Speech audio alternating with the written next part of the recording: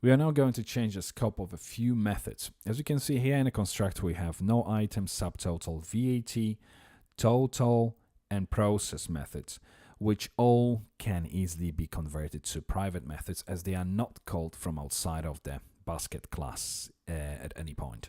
So first thing we're going to do is add the underscore to all of these. Actually, the no items, as you can see, is right here at the bottom. I'm just going to scroll up. Obviously, we are inside of the constructor, just so you know. So if I scroll up a little bit and rename this one to underscore no items, add this underscore to our method, and then change the public to private. So we have private function no items. The next method is the subtotal. So if we rename it here, and if we scroll down, you can see we have it here. And if we rename it to underscore subtotal, then obviously change the scope to private. Method, if I scroll up, again inside of the constructor, this is going to be underscore VAT, and we need to find this method now. So if I just simply search for VAT, and if we go down, there we go. This is where we've got our VAT. So obviously we need to change it to underscore VAT and then change the scope to private. Same thing goes for total. As we are here, we can straight away rename it. So underscore total, and the scope is private.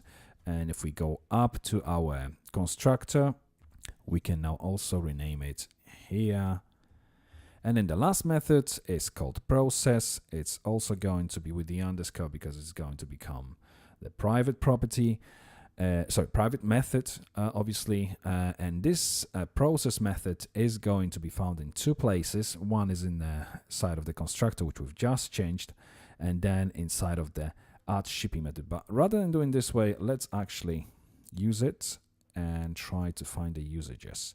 So we have a constructor, which is where we are actually calling it, and then we have add shipping method, which is also calling this specific method, obviously. First of all, we're going to go to the method itself, but let's just move it down a little bit and actually rename it to underscore process. Then we go to our process method.